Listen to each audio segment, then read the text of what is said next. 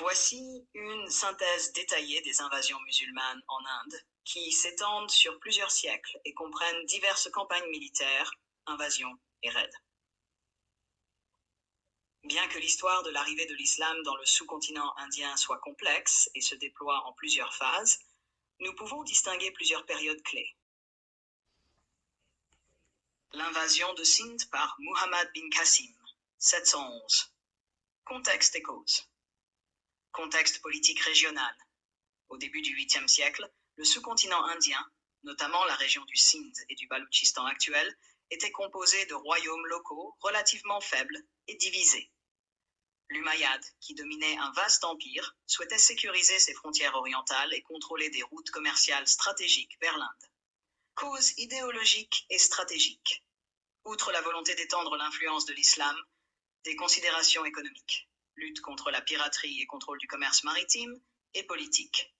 Sanctionner des actes de piraterie ou des conflits locaux impliquant des populations d'origine hindoue ou bouddhiste ont motivé l'envoi d'une expédition.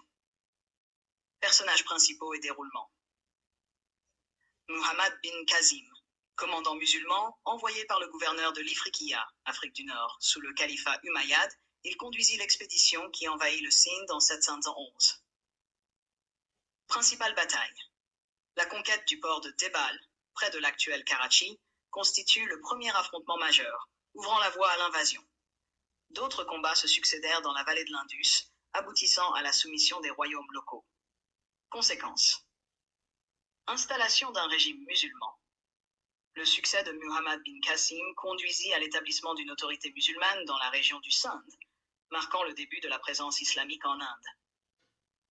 Impact culturel et religieux.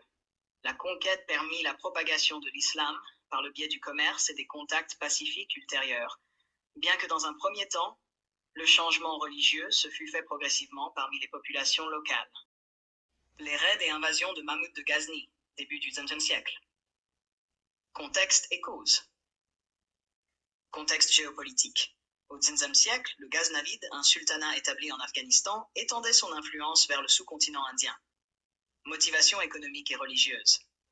Mahmoud de Ghazni, souverain énergique et ambitieux, organisa de multiples expéditions non seulement pour étendre son territoire, mais surtout pour piller des trésors dans les royaumes hindous et pour propager l'islam. Cible des raids. Des temples riches et des centres culturels, notamment le célèbre temple de Somnath dans l'actuel Gujarat, devinrent des cibles emblématiques de ces campagnes. Personnages principaux et batailles. Mahmoud de Ghazni. Son règne 987-1030 est marqué par une série de raids qui, au total, comprirent environ 17 expéditions dans le sous-continent indien. Principales expéditions.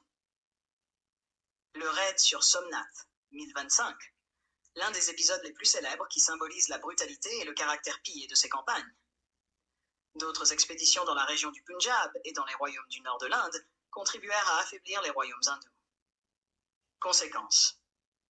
Destruction de centres culturels. Les raids de Mahmoud de Ghazni provoquèrent la destruction de nombreux temples et institutions culturelles, affaiblissant ainsi l'organisation des royaumes hindous. Propagation de l'influence islamique. Les conquêtes, bien que principalement pilleurs, permirent la diffusion des idées islamiques et préparèrent le terrain pour une implantation plus durable dans certaines régions du sous-continent. Répercussions à long terme. Ces invasions contribuèrent, au fil des siècles, à l'émergence de structures politiques musulmanes en Inde, notamment avec la fondation du sultanat de Delhi. L'établissement du sultanat de Delhi et l'expansion ultérieure. Contexte et émergence. Naissance du sultanat de Delhi. À partir du XIIIe siècle, des forces musulmanes d'origine turco-afghane réussirent à établir un État centralisé dans le nord de l'Inde, marquant un tournant dans l'histoire politique et religieuse du sous-continent. Influences multiples. Les conquêtes précédentes, notamment celle de Mahmoud de Ghazni, et l'expérience militaire acquise lors des premières invasions, avaient préparé le terrain pour l'établissement d'un pouvoir durable. Personnages et batailles clés. Qutb-ud-Din Aybak. Un général de Muhammad Ghori, il devint le premier sultan de Delhi après la mort de ce dernier. Battles et conflits. La bataille de Panipat, 1050, qui marqua la victoire décisive de Muhammad Ghori sur le sultan hindou Prithviraj Chauhan, fut un moment déterminant dans l'établissement du pouvoir musulman. Par la suite, divers conflits internes et externes consolidèrent le sultanat de Delhi, favorisant la diffusion des institutions administratives et culturelles islamiques. Conséquences. Institutionnalisation de l'islam en Inde.